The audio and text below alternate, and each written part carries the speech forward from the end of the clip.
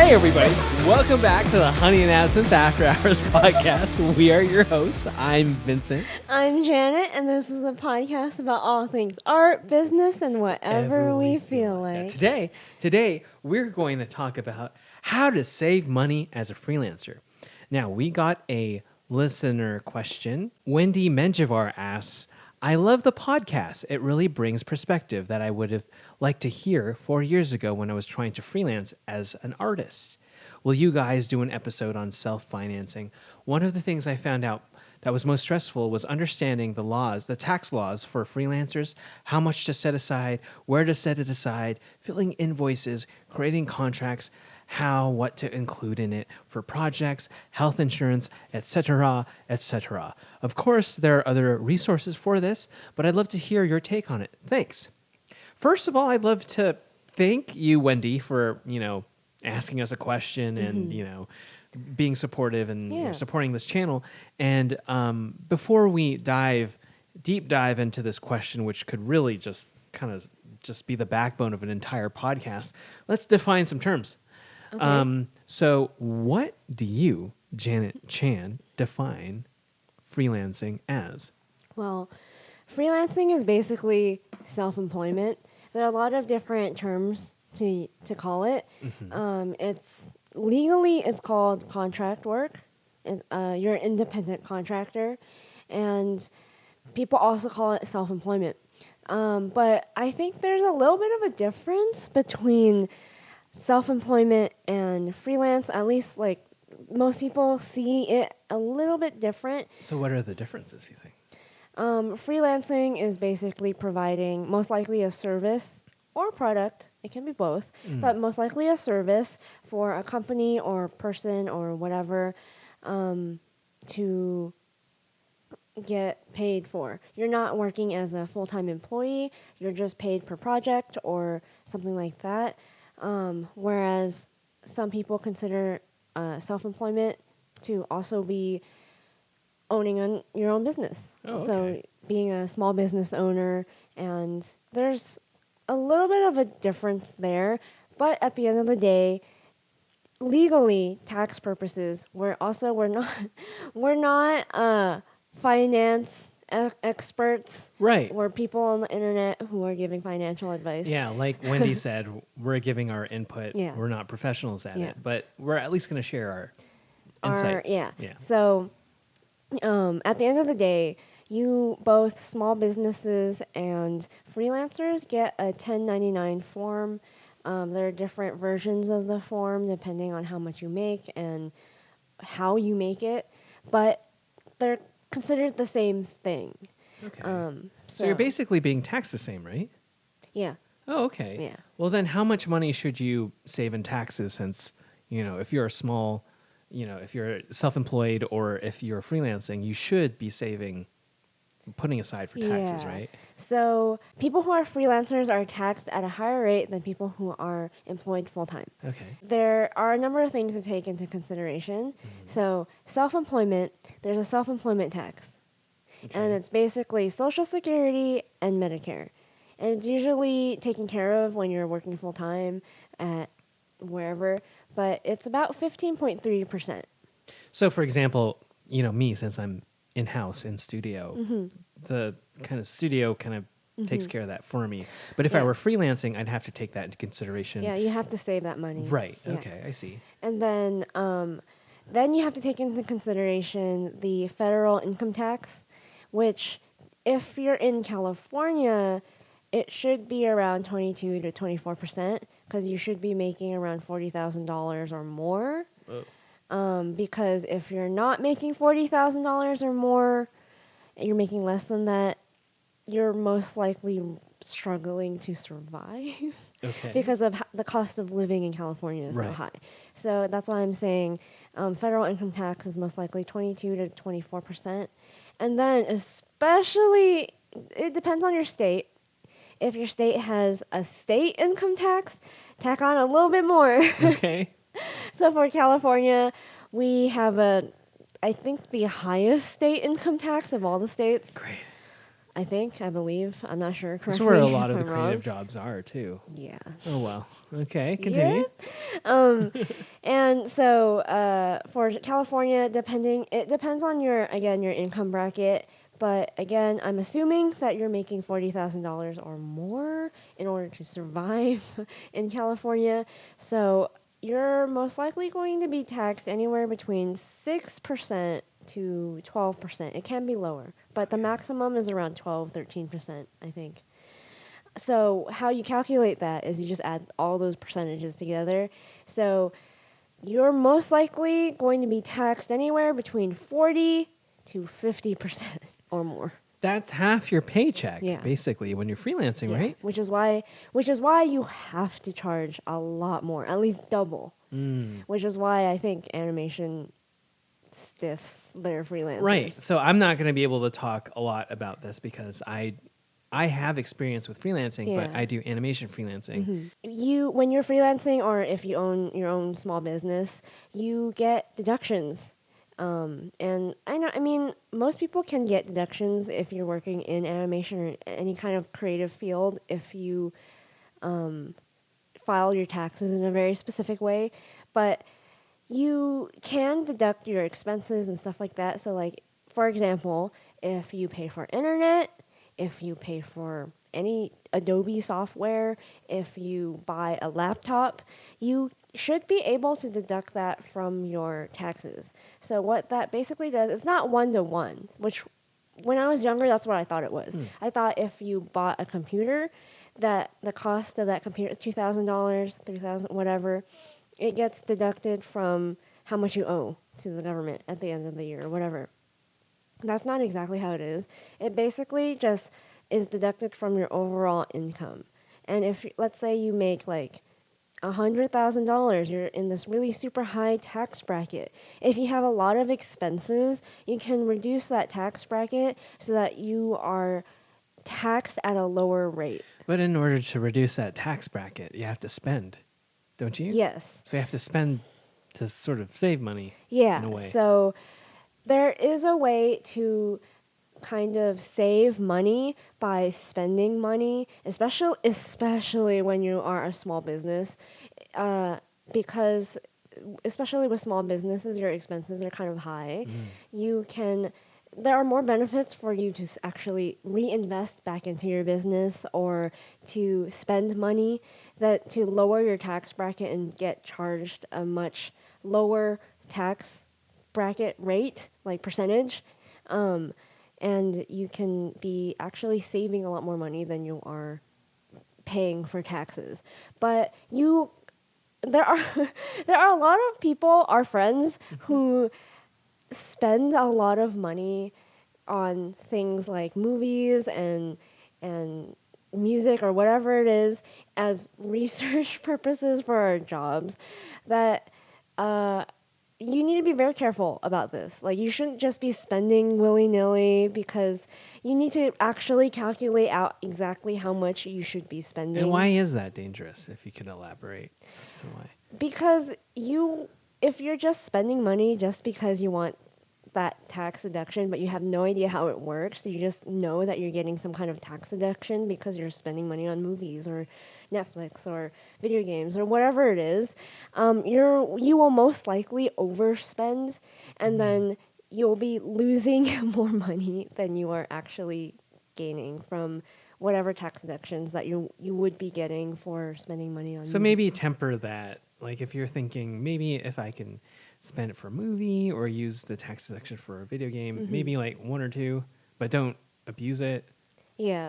Don't do it too much because the IRS is going to be on you. Well, it's not something to be abused. It's something to really help, because small businesses and freelancers and people in creative fields or literally anyone who's moonlighting or doing freelance, it helps you out because you are taxed at such a high rate, especially in California. It's meant to help you out, and you shouldn't abuse it. So you will have to be saving 40 to 50% of your money just for taxes. And on top of that, you should be saving your 6-month emergency fund. which is basically if you get laid off or if you don't get a new client or project to work on, you have 6 months of being able to survive, being able to pay the bills, put food on the table. Yeah, ever since I started working and we learned this concept, every time I get a new job, the first, period, I try to save for my first 6 months, just to cover my bases. If Yeah. something bad happens, at least I have like a little, pile of acorns I can turn to when things hit the fan. But it is a good thing to save for, right? Yeah, it's really important whether you are working full time in corporate America or if you are a freelancer. Like, no matter what, like, especially in times like right now, it's really important to save your 6 month emergency fund because you never know what's going to happen.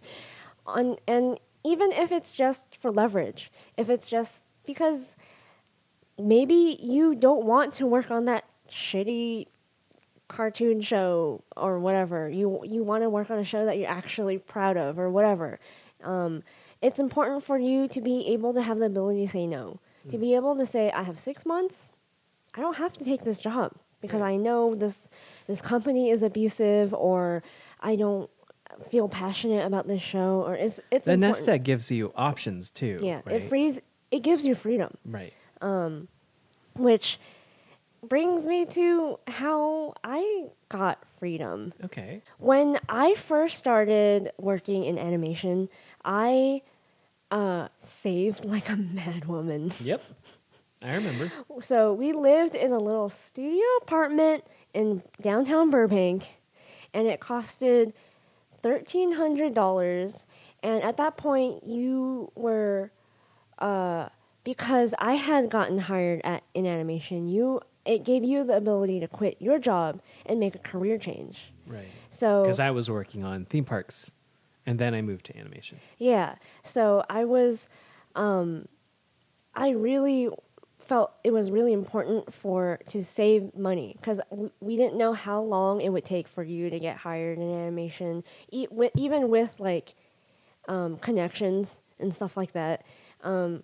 That doesn't guarantee anything. No.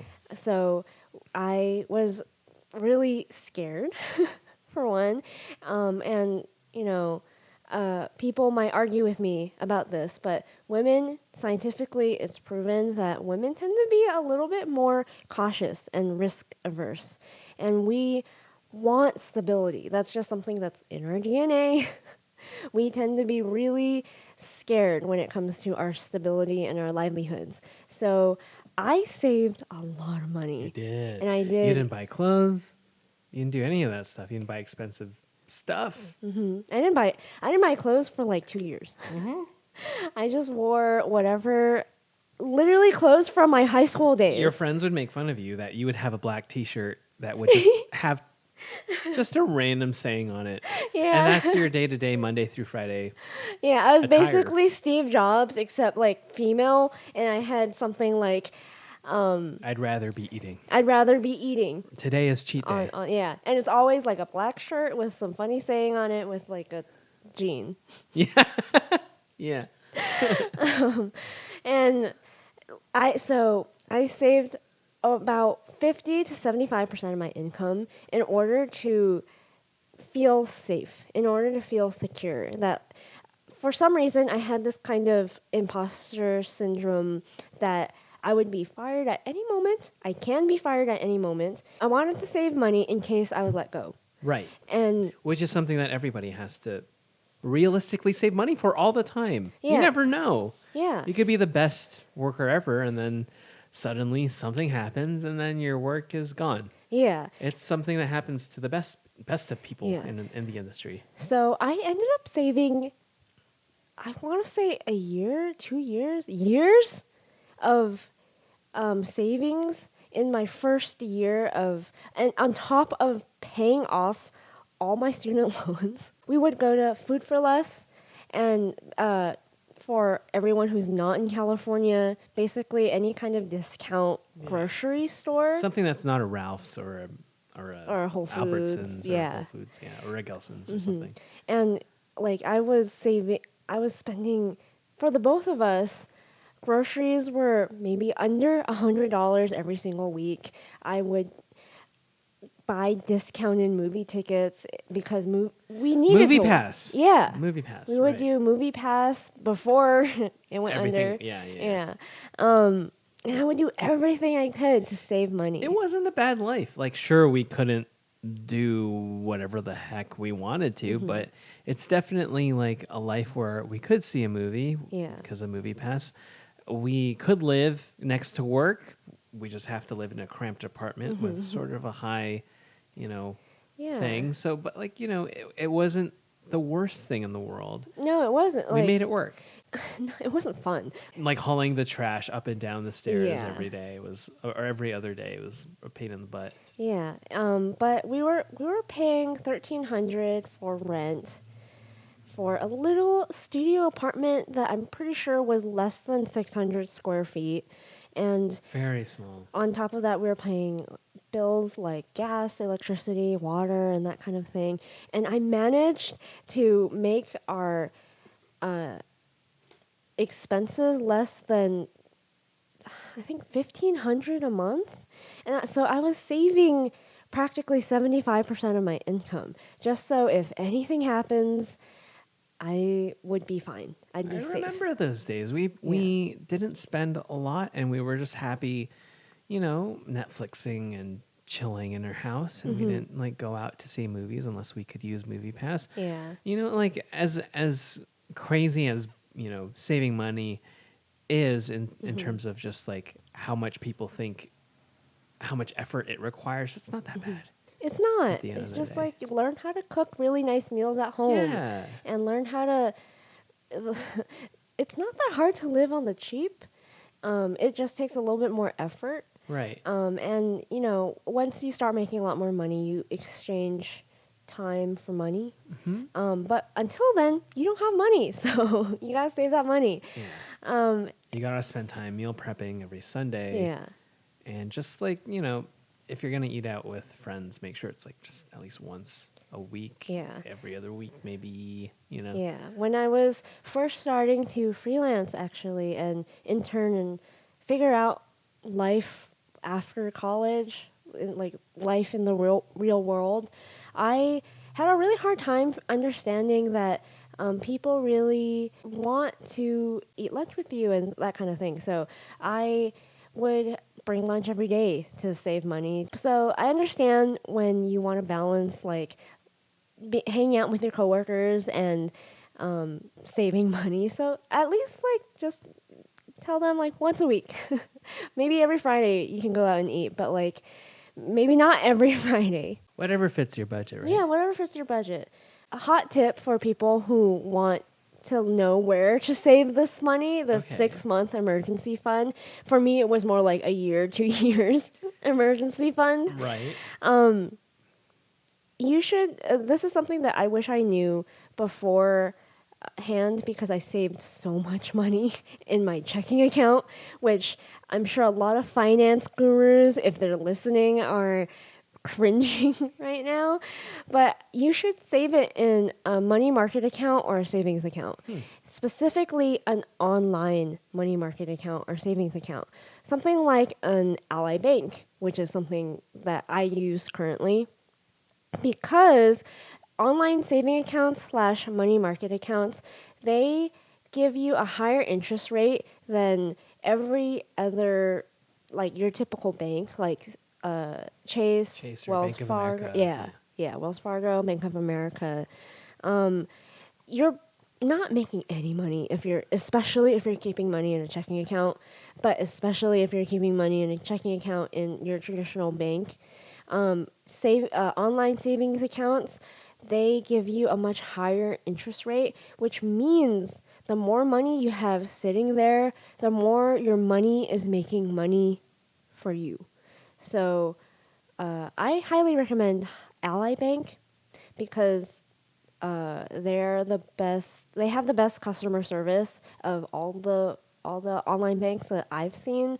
They might not have the highest interest rate. I'm not sure right now. I haven't research the current interest rates, but my money that is sitting in my savings account, my money market accounts, they're making me money. Like Well- every month I get like $20 or $40, whatever it is. Well, then how do you get paid, and how do you make sure you don't get stiffed? Like, how do you cover your bases? How do you make sure you get paid? Yeah, so when you're freelancing, right? Right. Yeah, definitely. So first, I would recommend a service called Bonsai, or FreshBooks, or QuickBooks, or so And these like are all invoicing services, right? yeah, they're all invoicing services, but Bonsai in particular has a way to invoice and also a way to streamline the contract building process.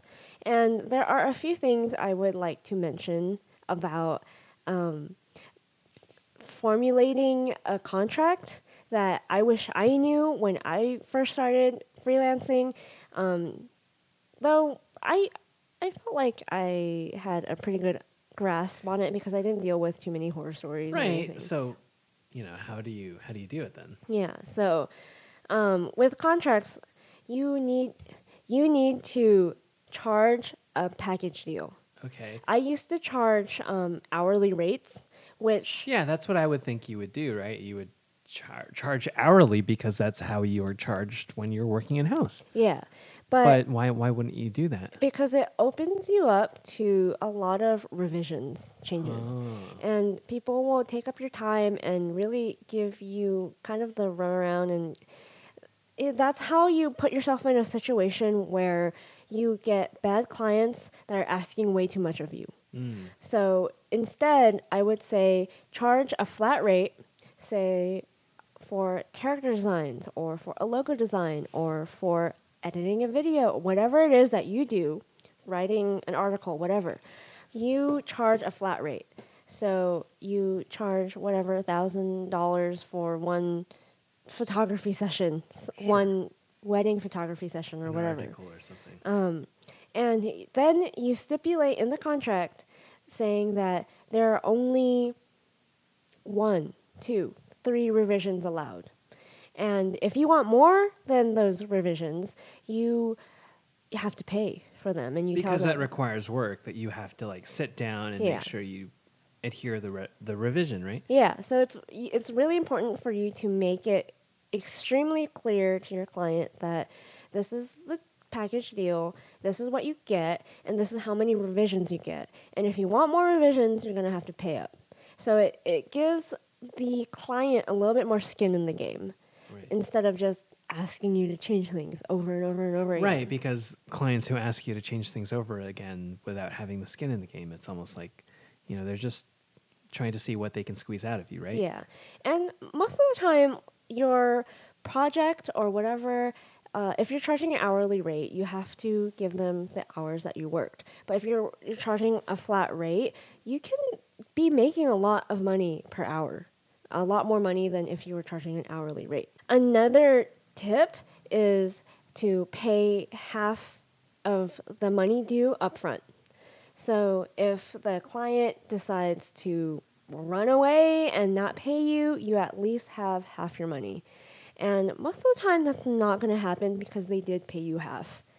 So that's a way to guarantee right from the get-go, before you do any work, that you're going to get paid. So when you're drafting these agreements, you want to protect yourself at the end of the day too. You want to Yeah. give at least these stipulations to make sure you get paid and I give the work to you and everybody's happy. Yeah. So an extra bonus tip is that if you want to guarantee getting paid, is you offer a discount upon completion of the project. A discount? Why would you do that?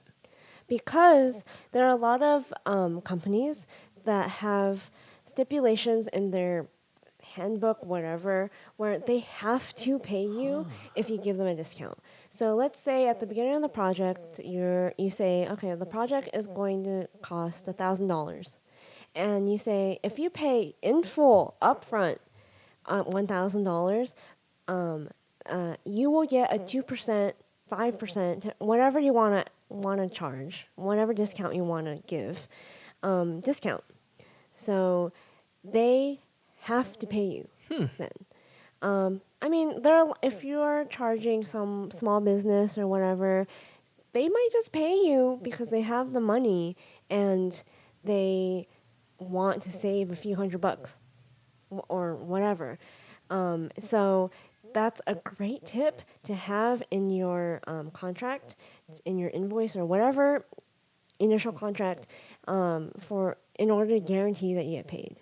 Another thing is when you do email them an invoice, you make sure that you include a little stipulation that you need to get paid within 30 days or whatever time period that you want, or else you are going to charge a late fee, and it will increase every day, every month, every week, whatever, because that will also encourage people to pay you on time. Yeah, the client's making sure, hopefully, that you're doing the work for them, but you have to make sure, and it's your own responsibility to make sure they pay you. Yeah. Right? No one's going to look after you except for yourself. Yeah. When it comes to that, for sure. And doing all this, you don't necessarily have to pay for a service like QuickBooks or whatever. A lot of the times, I would just use email for a lot of this. Email or FreshBooks, the free version of FreshBooks. And I was able to do that without having any horror stories, really, to my advantage, without having to pay a fee for whatever service, because that will hold up in court. An email will hold up in court. If a client ever stiffs you, you can always take them to small claims court, and as long as you have it in written form and that they have responded and acknowledged that they agree, that they saw the email, then it's basically a binding contract. Oh, interesting. Yeah. Okay. So do you have any horror stories about working with clients, or, just did anybody stiff you? Has anybody tried stiffing you? The funny thing is, I don't really. Yeah. So, I don't know if people have realized this about me by now, but I don't deal with bullshit. Okay. I don't, because I followed a lot of these rules from the get-go. Clients haven't stiffed me. They haven't really. I don't really have too many horror stories. Who and why do you think clients stiff certain artists as opposed to people like you? Well, if you don't have clear communication from the get-go, people will take advantage of you. People will take free money on the table if you're allowing it to be on the table. Yeah. I guess. Yeah. If you don't stipulate all these things right from the get-go, you don't make it clear that this is an amount of revisions that are allowed. Acceptable, right? Yeah, and that you need to pay up. You need to pay up because I am not cheap, and I'm not going, the stuff that we do, a lot of the times people don't think is valuable, whether it's a logo design, video editing, or making a still image even. They think it just happens. Yeah, they think, oh, you're an artist, you should be happy to make art. But it doesn't work that way. We most likely went to school for this. We are charging a service. Like, if you're my plumber, should you be happy to do my plumbing for free? No. If you're my dentist, should I test you in order to make sure that you know how to work on my teeth before I pay you? No. So artists work the same exact way, and people need to understand that, and you need to make it clear from the get-go. And if someone doesn't want to pay you initially, then they were going to be your nightmare client to begin with, and you should ditch them. So no one's ever stiffed you? No. Okay. No. But I have fired clients before. Oh, you fired clients. Yeah, that's what I like to call it, because that's what it is, honestly. Okay. And so I used to freelance for theme parks while I was freelancing for advertising agencies and doing work for commercials and stuff like that. And right out of school, I didn't really know how much to charge. So I charged $25 an hour, which was very That's cheap. low. That's very low, Yeah. especially for storyboard artists. And they were happy to pay me that little. So they immediately after my first gig or 2 or 3, I don't really remember at this point. It was so long ago. I was like, okay, I'm going to raise my rates. Pay me $30 an hour or 40. I forgot how much I asked them to pay me. But You felt like it was just the right time to just raise your rates? I or- realized my rates were really low because I was getting paid $80 an hour for Commercials? commercials. Okay. And that it should be the going rate for when you're freelancing, because if you are getting paid full time $40 an hour, $30 an hour, your freelance rate should be double that because of your tax rates being so high, being 40 to 50% of your income when you're freelancing. So it should be 40 or 50% more when you're charging for freelancing. But they said no. They said, no, you said your rate is $25 an hour. And I was like, okay, that's fair. You said no. What can I do? And the next time they needed to call me up for a project, they said, when are you available? We want you. And I was like, are you going to pay me $30, $40 an hour, whatever it was that I was charging? And they're like, no. So I was like, okay, I'm not available. Whoa. And they came at me with things like, oh, the director really likes you. He won't take no for an answer, whatever. No, I'm not going to work for you, especially because they were not, theme parks are notorious for treating you kind of abusively.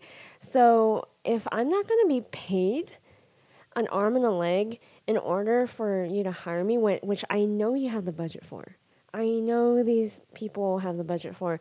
I'm not going to settle when I have other clients who are available, who are willing to pay me $80 an hour. So why should I take your job? It's just simple common sense. If you're going to, get paid double that in commercial design, why are you going to settle for less in theme park design? Yeah, when It's I just- know they need to be paying me It's more. so simple. It's just like I can't work for you because I get paid more doing this other thing. Yeah. It's very matter of fact. Yeah, it's not personal, it's not whatever. It's you need to be paying me what I'm worth. But you fired your theme park clients. Yes. Okay. So if you like the podcast so far, do us a huge favor and hit that like button and touch our bells and buttons over there to really support us in what we do. It helps us a lot with supporting what we do. And a book that I have been recommending and I would like to recommend to everyone who has not read it is The 4-Hour Work Week. And this book will help you escape the 9 to 5. It gives you a lot of really helpful tips on how to manage life as a small business owner, as a freelancer, of how to spend less time at work doing mindless, busy work. If you haven't read it already, or if you haven't listened to it already, you should go to audibletrial.com/the Honey and Absinthe podcast in order to get a free trial of Audible. You get 1 free Audible credit and 2 free Audible original credits. So 3 credits in total, 3 3 audiobooks in total to listen to. And they have a bunch of podcasts. They have a bunch of podcasts and meditation and daily news. So if you haven't already subscribed to Audible, try our free trial. It comes to you at no cost to you. It's completely free and it supports us. If you want to support us, try out audibletrial.com/the Honey and Absinthe podcast. They have thousands of audiobooks. If you can't find one, You'll find something. you'll find something. You'll find a podcast. You'll find meditation. You'll find something. So, definitely check out the 4-Hour Work Week because I've been really enjoying it. So I'm sure you will too. Check that out.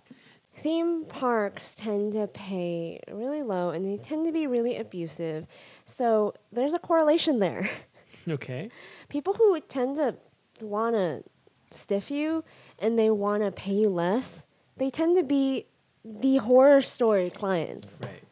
If you want to be treated better, if you want to be paid more, you should be finding people who will pay you more because those people will most likely be your best clients. What do you think about like oftentimes people, especially when you're young and like you've graduated art school or you finish your training and you want to work for people, Yeah. you always look at things through like, oh, I have this service. How can I help you? And all of that. But like lately, you and I have been in this position where like we've been hiring people to do certain services. Yeah. And it's almost like when we hire somebody to do something, we want to make sure they have the incentive and they're happy and they're really excited to do the thing Yeah. that they want to do, whether it's like, for example, small influencers or influencers in general. We give them, a fee and we give them the article of clothing that we want them to promote. And it's like we want them to be excited and we want them to have creative freedom to do whatever it is they want to do. But, if you're on the other end and you're an artist, like that's something that you should be looking for in your clients. You want to see them excited to see what they bring, like, what you bring to their project. And it's almost like if somebody doesn't have any of that enthusiasm, well, don't be surprised if they, don't treat you as well, or they don't pay you as well, or they're not as enthusiastic or whatever it is. Yeah, it's all about respect at the end of the day. Like you said, we treat the people we freelance, the people that we hire with a great deal of respect. We pay them on time, if not immediately when the product is delivered. And, the people who have been in our situation, who have been abused, who have been on the receiving end of bad clients, usually make the best bosses. There have been a lot of people. Because we know what it's like to eat shit. Yeah. Right. Yeah. Why would we act the same? Right. What I find very confusing is when fellow artists treat other artists exactly like how abusive bosses or employers or clients treat them. It's a little gross because you've been there. The Yeah. person hiring has been there. Yeah. So they're willing to perpetuate whatever. Yeah, and we try to be the best bosses. And the thing is, there have been a lot of people who have criticized me for being like, oh, it's ironic that you, when you run your own business, you're going to be a boss. I have no problem with being a boss. I have no problem with bosses. Yeah, you just want to give your employees or the people you're hiring like a reason or get jazzed to do whatever it is they're hired to do. Yeah. It's not rocket science. It's like literally you have a service or you need to have something done, you hire someone to do it, and you provide as much incentive for that person to get as excited as they can be to do the thing that they need to do. It's that simple. Yeah, At least for us. We will get into this in another podcast. Sure. But there are things that I think are the core things that make a client or a boss, a CEO, whatever, a leader, really efficient and really good at what they do. And it's people like me who know exactly what a bad boss is like, exactly what I hate about the inefficiency of a corporate atmosphere. At Disney TV, maybe? Yeah. That makes, I feel, me more qualified to lead than a lot of bosses out there, because I'm not going to say I'm not going to make the same mistakes, because I might, but I am going to try my best when I do become someone's boss to not take their autonomy away, to not take their freedom away. So every time we hire an influencer, or every time we hire anyone in the past or in the near future, I trust them. And that's what I value the most out of the people that we hire. And if, there will be times that people don't give us the results that we wanted, or the product that we wanted, or whatever. We're still going to pay you. Like, what I hate is, like, you hired me for a job. If you don't like, you know what you were getting into when you hired me. You saw my portfolio, whatever. You still are beholden to paying me if I did the job that you asked me to do. So if we hired someone to do a job, if they weren't quite fit for the job or whatever, we're still gonna pay you. We might not hire you again because you're not necessarily fit for the job, you're not the right style, whatever it is. But like, we're going to treat you with respect, and we're going to trust that you know exactly what you're doing. And the little that we've dabbled in influencer marketing, it's been fascinating just to see what people come up with. And I want to pay them for that. I want to pay them for the fact that they came up with an idea to shoot this outside, shoot this inside, shoot this with a close-up, shoot this, with whatever personality that they have. And like, I'm not going to like sit there and just be like, oh, that didn't take much effort at all. It did. Yeah. And I want to make sure those people get compensated for that. And I want to make sure that the people that we hire get paid immediately, because it takes effort to do this stuff. Yeah. Albeit however small or bite-sized the project might be, it's still like the fact that someone took the time to put some effort and think about whatever shots that they might choose or whatever it is. It's something that I want to reimburse. Yeah. It's, trust and communication and a lot of other things that I'll get into in a future podcast. Sure. Is something that is really important to me. And as someone who has experienced freelancing and who has experienced corporate life, who has experienced running their own small business, that is, I'm not going to hire someone and then micromanage them. So you've been freelancing and you've had good clients and you've had bad clients. How do you distinguish between the two? And how do you know who the best clients are? Yeah, so usually, ironically, the best clients pay more. Oh, okay. Yeah. So, like my anecdote about how I fired my theme park clients because they weren't paying me anything. My best clients, they trusted me. They knew that, they were paying me a lot of money for my expertise.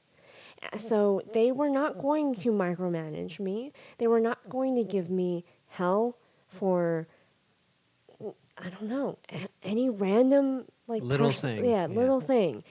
So they usually they knew, first of all, when you ever start your own small business or you ever pay anyone for anything, you have a little bit more skin in the game. And the more money you're paying, the more you trust the other person. So think about it, even when you go to a fancy restaurant, let's say.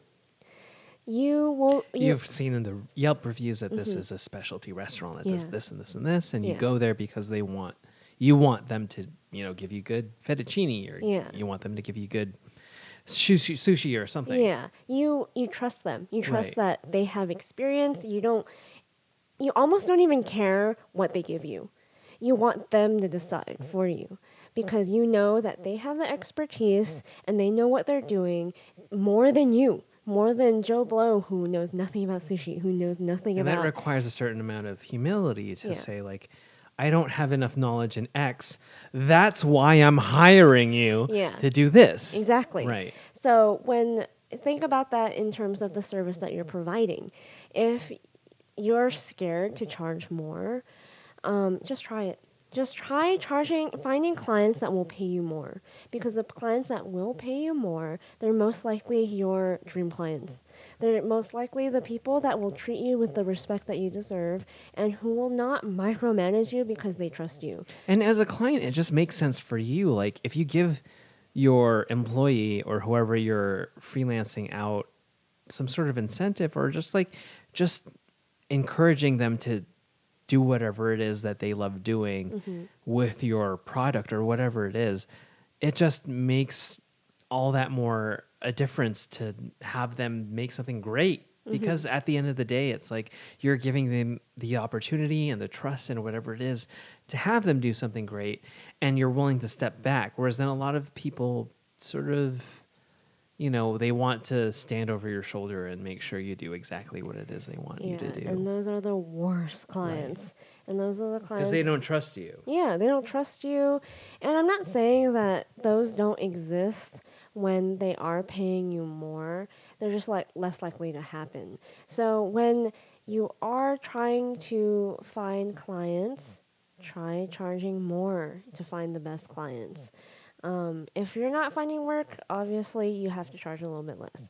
But at a certain point, if you are charging more, let's say you're a photographer, find wedding gigs. People and once you land that really high paying gig, that person who hired you has friends, has networks. They might recommend you to 3 more very lucrative clients that have the money to pay you what you deserve. So if you're a company, you just want to trust your employee, and you want to. There's a certain amount of trust that you have to, just Yeah. willing to accept Yeah. for this sort of thing. Yeah. And even if they don't deliver on the trust that you gave them, that's not an excuse for you to suddenly become a micromanager or someone to blame the other person or yourself, saying that you weren't clear enough, you weren't doing enough. You just need to find the right person for you. If you're like a freelancer and you're working with a client, what are some things that people often forget to charge for? Because there are a lot of things, that there are a lot of resources that you expend, but then you forget to tell your client about. Yeah. So there are 2 things that I'd like to mention: healthcare and equipment fees. Okay. So it's not something that you should mention necessarily to your client. Like, you don't want to be like, I need you to pay for my healthcare.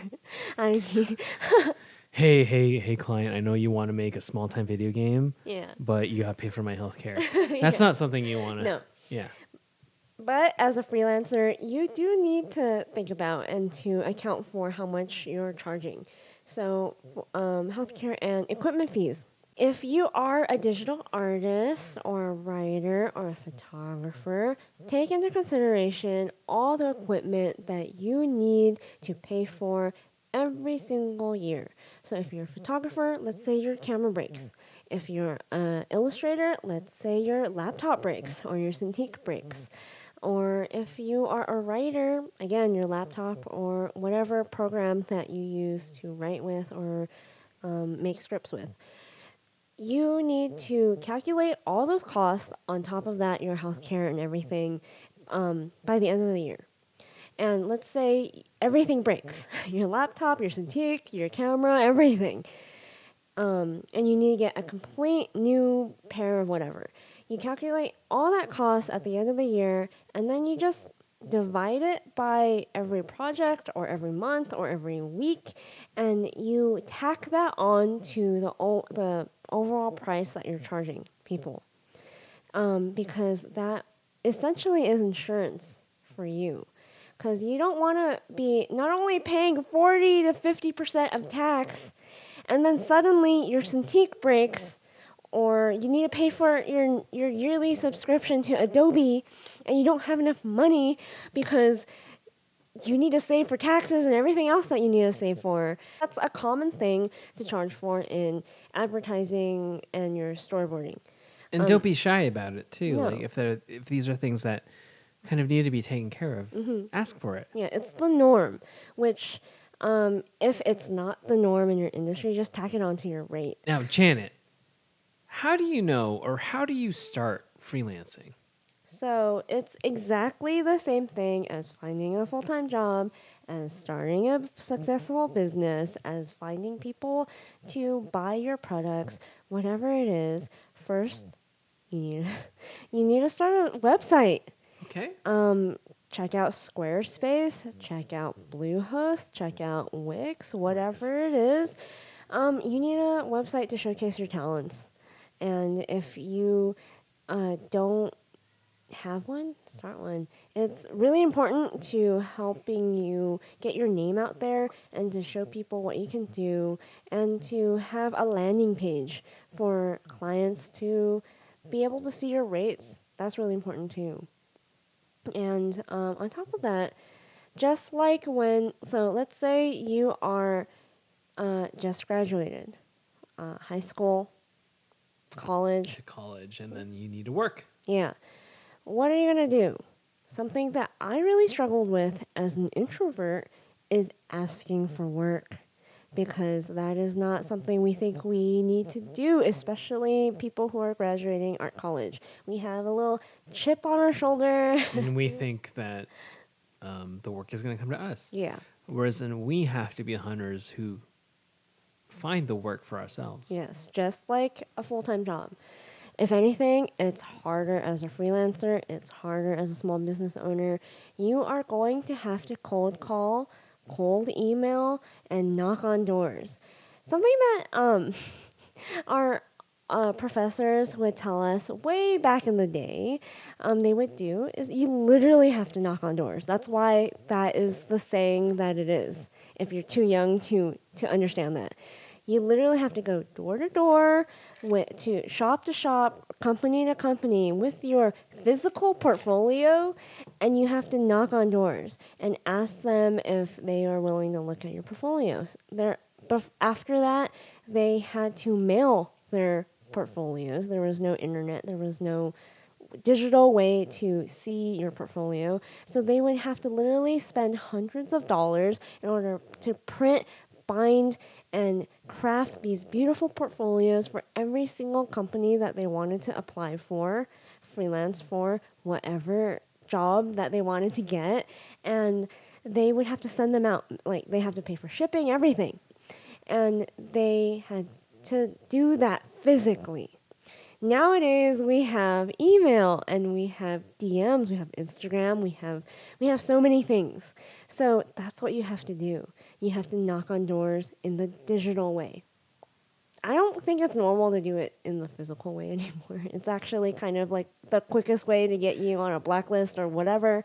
But you send out emails, you cold call or cold email, you go to networking events, any kind of trade show / convention, or your small business association, whatever place where you can get business cards, and find people to contact in order to get work. And this might be really painful for you as an artist who's an introvert or who's somebody who doesn't like to put themselves out there. But understand, if you want to work in any big corporate industry, you have to put yourself out there. Yeah. It's really important for you to be able to know your strengths and to be able to sell that to people who really need people for a job or for whatever kind of project that needs to be done. Yeah.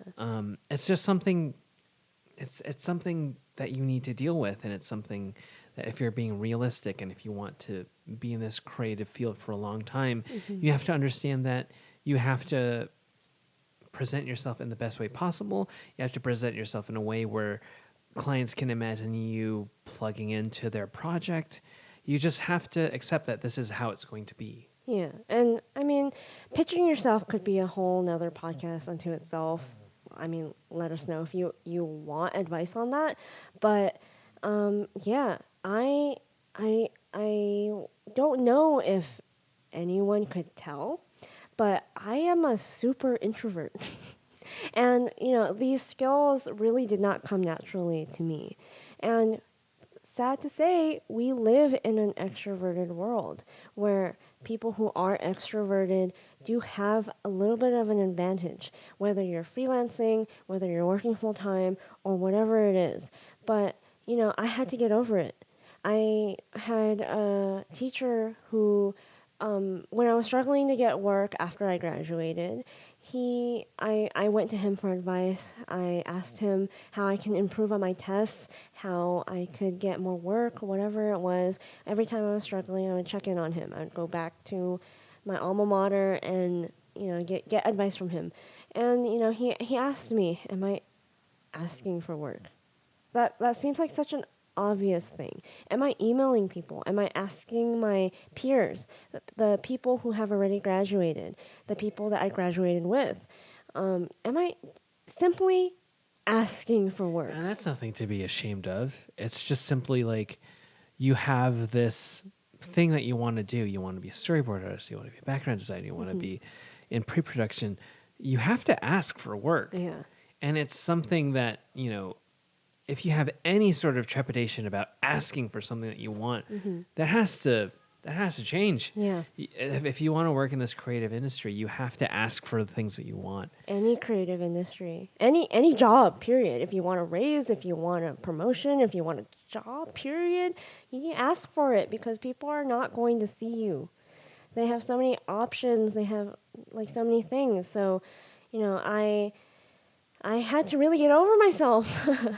I had to, the first email is going to be hard. And then the third one, the fifth one is going to be hard.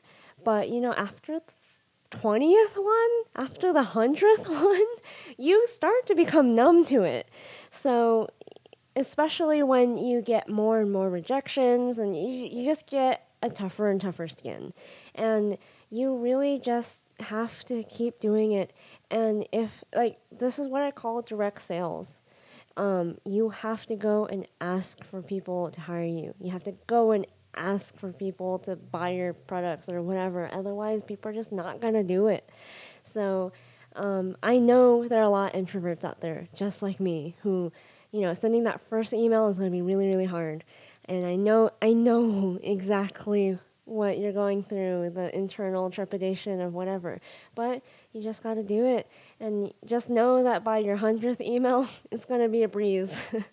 It's possible to pick up those skills that extroverts have that just come naturally to them. And it's always going to be hard for you, but, that's life. I guess last tip that I have to getting freelance is you need to make connections. It's sad to know that people will only hire people who they get recommended or whatever, but gotta go to trade shows, gotta email people constantly, pester them. You gotta find their business cards, meet them in person at again, trade shows or wherever you meet them, and you need to make connections. As hard as it is for us introverts, it's just how we get work. So that's how to save money as a freelancer. I hope that we answered your question.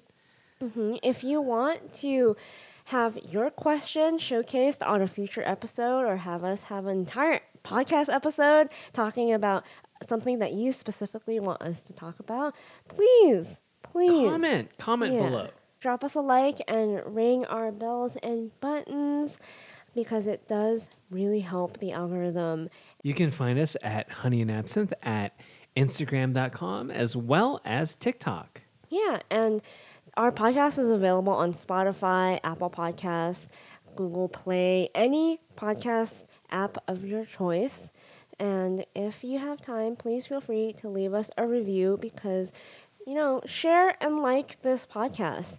If you really like it, that's how we're going to grow. And, if we can't monetize it, this podcast might not exist. And we want to keep going. So please help support us, share it, you leave a review, like the video, like the podcast. And buy our merch. I'm wearing the Honey and Absinthe sweater. Go to honeyandabsinthe.com to support us because that is currently how I am making most of my income to provide all this great content to you. So if you like and want us to continue doing what we're doing, please consider supporting us. So we'll see you in the next one. Please leave your suggestions down below and we'll see you in the next episode. See you in the next one. Bye-bye. Bye-bye.